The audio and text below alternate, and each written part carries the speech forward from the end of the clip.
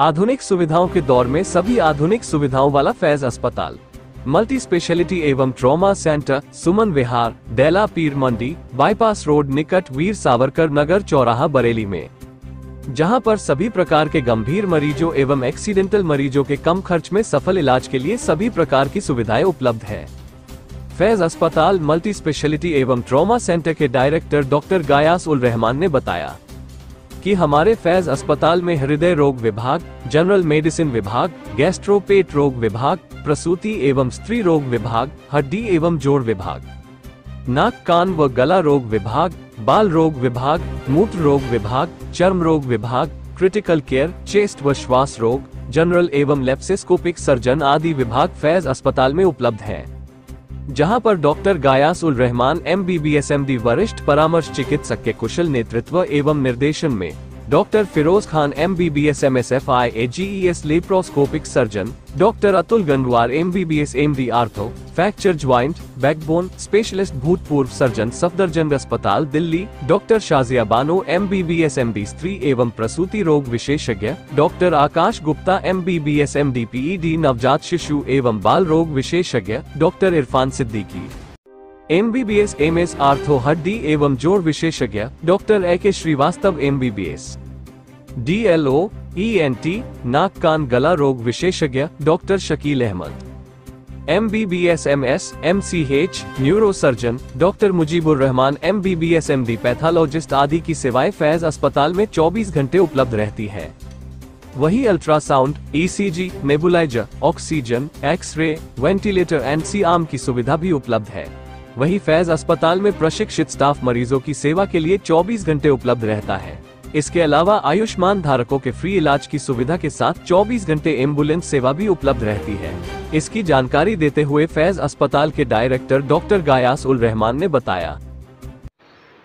मेरा नाम डॉक्टर गायास उल रहमान और मैं जो है बेसिकली रिक्शा को बिलोंग करता हूँ और मुझे यहाँ बरेली में आए हुए करीब 25 साल हो।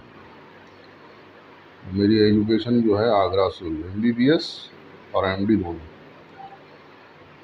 और 99 से मैं प्रैक्टिस कर रहा हूँ बरेली। ये हॉस्पिटल को चलाए हुए शुरू किए हुए हमको लगभग 13 साल हो चुके हैं। आपके फैज हॉस्पिटल में किस तरह की सुविधाएं उपलब्ध हैं मरीजों के लिए? हमारा जो हॉस्पिटल है वो एक तरह से मल्टी स्पेशलिटी क्लिनिक है। यहाँ पर सारे ही मरीजों का इलाज किया जाता है। यहाँ पर मेडिसिन मैं देखता हूँ, मेडिसिन का किसी भी तरह का कोई पेशेंट हो, बुखार का हो, पीलिया का हो, एपिलेप्सी दौरों का मरीज हो, या मतलब जो है जिगर से संबंधित बीमारियाँ हो, पेट से संबंधित बीमारियाँ हो, या हार्ट का कोई इशू है माइनर, अगर बहुत ज़्यादा कोई हार्ट का बहुत मुश्किल पेचीदा है तो उसको हम लोग देखते हैं, उसको रेफ़र कर देते हैं।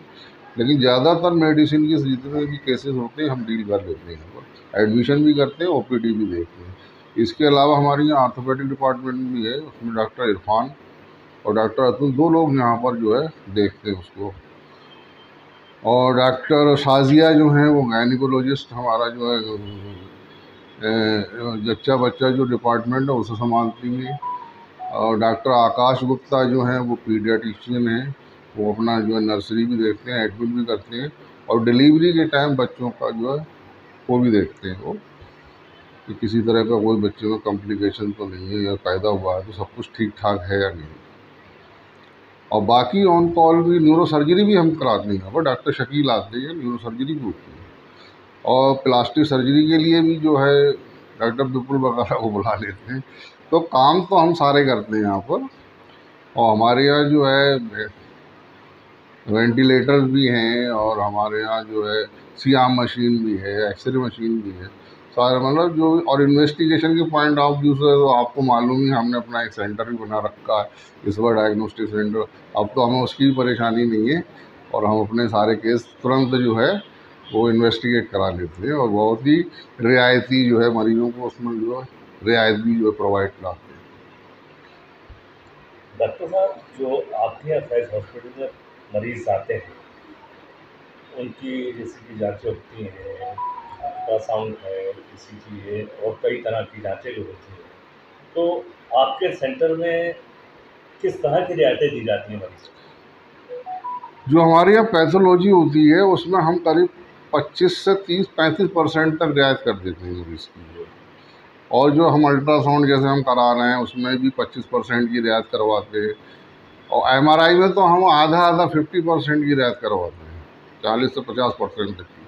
सीटी में भी जो है लगभग 40-50% की रियायत करवा देते हैं अपने मरीजों में। बहुत मतलब जो भी मिनिमम चार्जेस हैं वो हम करवाते हैं। इसलिए डॉक्टर साहब इन तमाम जो जाँचें होती हैं, इसकी रिपोर्ट बड़ी महत्वपूर्ण मानी जाती है। आपके यहाँ आपके इस्वा सेंटर पर कौन से डॉक्टर जो हैं जिनकी हमारे यहाँ जो है बहुत ही रिनोन्ड पर्सनालिटी हैं, डॉक्टर फ़हीम, जो कि रिपोर्ट दे रहे हैं। और उनकी रिपोर्ट बरेली में मेरे ख्याल से कोई उसको नेगलेक्ट नहीं कर सकता, अमान्य नहीं कर सकता, क्योंकि वो बरेली एमआरआई पे थे। इससे पहले उन्होंने एम्स में भी काम किया हुआ। बहुत ही कॉम्पिटेंट, बहुत ही मतलब मैं समझता हूँ बहुत ही काबिल जो है रेडियोलॉजिस्ट है। और वो हमारे सेंटर को बहुत अच्छी तरीके से डील कर रहे हैं। बहुत अच्छी रिपोर्ट आ रही है उनकी। अभी तक कोई इस तरह की कंप्लेंट नहीं है कि कोई रिपोर्ट उनकी गलत आई है। बहुत बढ़िया रिपोर्ट है। और रिपोर्टिंग अगर सही होगी तभी पेशेंट का इलाज भी बढ़िया होगा। पैथोलॉजी में हमारे यहाँ डॉक्टर मुजीब जो है से हम करवाते हैं पैथोलॉजी। अच्छी रिपोर्टिंग होती है उनकी। और इन्वेस्टिगेशन पर तो सारा दारोमदार टिका हुआ है इलाज का।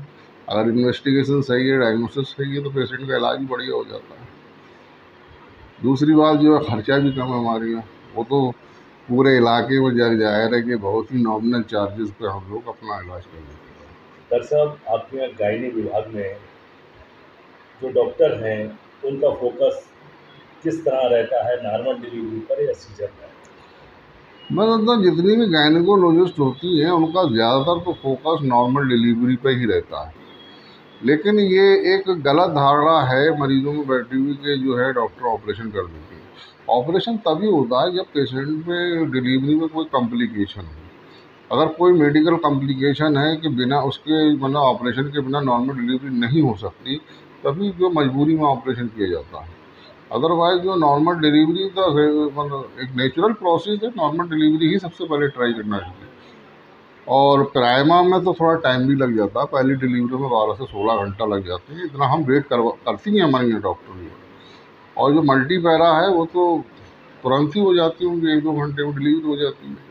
लेकिन हाँ, अगर कॉम्प्लिकेशन है, डिलीवरी नहीं हो रही है और बेबी अगर मान लीजिए बेबी में कोई उसमें अल्ट्रासाउंड में किसी तरह का कोई कॉम्प्लिकेशन आया है और वो इंडिकेशन दे रहा है कि हाँ इसमें ऑपरेशन ज़रूरी है, तो फिर बच्चे को ही बचाना है, माँ को ही बचाना है, ज़रूरी है फिर तो ऑपरेशन। जैसे कि इस वक्त गर्मी का मौसम है और साथ में बरसात भी हो रही है, ऐसे मौसम में कई तरह के संक्रामक रोग पैदा होते हैं। तो कौन कौन से रोग हैं और उनमें बचाव के लिए क्या करना चाहिए और उसका इलाज किस तरह होना चाहिए? ये मौसम जो बरसात के मौसम में, ये गर्मी के मौसम में जो है जो जिस तरह की बीमारियां होती हैं, एक तो खान पान वाली जो वाटर बोर्न डिसीज़ होती हैं, कुछ मच्छर जनित बीमारियां भी होती हैं, जैसे मच्छरों की बीमारियां, मलेरिया वगैरह हो जाती हैं। या वायरल डिसीज़ है, वायरल बुखार भी होते हैं, मतलब इन्फ्लुएंजा है, जो खांसी जुकाम वगैरह जो है। और दूसरा ये है कि टाइफाइड है, म्यादी बुखार वगैरह भी होता रहता है। तो पीलिया विलिया के भी पेशेंट जो हमें जो जॉन्डिस के भी मिल जाते हैं। तो इन्फेक्टेड डिसीज़ और ये इतनी जो ये सब संक्रामक रोग काफ़ी होते हैं बरसात के दिनों में। और इनसे बचाव का तरीका यही है कि एक तो खाना पीना इंसान अपना सही रखे, पानी जो है शुद्ध मतलब जो साफ़ सुथरा पानी इस्तेमाल करें। दूसरे ये है कि मच्छरों से जो है अपना बचाव रखें, जो रिपेलेंट हैं या जो आपके ये जो मॉर्टीन वगैरह आती हैं, इनका जो या मच्छरदानी, वैसे तो जो है जो नेट है मच्छरदानी जो वो सबसे सबसे बेहतरीन है। और कहीं पर जो पानी को स्टोर ना होने दें, ताकि वहाँ उसकी लार्वा वार्वा जो है ना बन पाएंगे। क्योंकि जहाँ पानी स्टोर हुआ तभी जो है ये मच्छरों की ब्रीडिंग जो है बढ़ जाती है। डॉक्टर साहब जैसे कि एक शिकायत ज़्यादा लोगों में देखी जा रही है, एक तो पीलिया की शिकायत और दूसरे पेट में बच्चों को जो गांठें हो रही हैं, ये क्या कारण है? ये जो गांठें हैं, जो बच्चों की जो आजकल अल्ट्रासाउंड जब कराओ, पेट में दर्द करके बच्चे आते हैं, उनकी जब अल्ट्रासाउंड कराते हैं तो वो रिएक्टिव जो है लिम्फ नोड आते हैं। तो ये सब जो है फास्ट फूडिंग और मतलब गलत खान पान की वजह से इन्फेस्टेशन हो रहा है बच्चों की आंतों में, जो है इन्फेक्शन जो है उसकी वजह से जो है ये इन्फेक्टिव नोड्स हो जाते हैं, लिम्फ नोड जो है बढ़ जाते हैं, सूज जाते हैं उसकी जगह, और बहुत ज़्यादा क्रॉनिक होते हैं तो कभी कभी टीबी के भी इनमें जो है लक्षण पाए जाते हैं इस तरह की गांठों में। अगर वरना तो ज़्यादातर इन्फेक्टिव होते हैं, टेम्परेरी होते हैं, मेडिसिन से कंजर्वेटिव ट्रीटमेंट से सही हो जाते हैं। क्या इसमें ऑपरेशन की जरूरत पड़ती है? ऑपरेशन की ज़रूरत तब पड़ेगी जब ये नोट्स जो है बहुत ही क्रॉनिक होंगे और ये आंतें जो होती हैं उस सिकुड़ने लगे, उनमें अल्सर हो जाएं और अल्सर होकर परफोरेशन हो जाए तो फिर पेरिटोनाइटिस वगैरह डेवलप हो जाती है, फिर तो मजबूरी ऑपरेशन करना ही पड़ेगा। तो ये क्रॉनिक जैसे टाइफाइड में अल्सर हो जाते हैं, लेकिन आजकल एंटीबायोटिक वगैरह इतनी यूज़ होती है तो अब ये जो एंटिक फीवर की या टाइफाइड की जो अल्सर है बहुत ही कम देखने को मिलते हैं, लेकिन ट्यूबरकुलर अल्सर परफोरेशन अब भी देखने को काफ़ी मिलते हैं और उसके पेशेंट काफ़ी आते हैं। टीबी, जिन जिन पेशेंट को टीबी होती है उनकी आंखों में जो है गांठें भी बनती हैं और आंखें सिकुड़ भी जाती हैं जगह जगह से, और खाना प्रॉपर तरीके से प्रोपेल नहीं हो पाता, आंखों में रुकावट आ जाती है जिसे हम कहते हैं ऑब्स्ट्रक्शन, इंटेस्टाइनल ऑब्स्ट्रक्शन, और वो ऑब्स्ट्रक्शन होकर कभी कभी आँख फट भी जाती है, उसमें परफोरेशन हो जाता है तो पेरिटोनाइटिस डेवलप हो जाती है, तो फिर उसमें ऑपरेशन तो करना पड़ेगा। Thank you.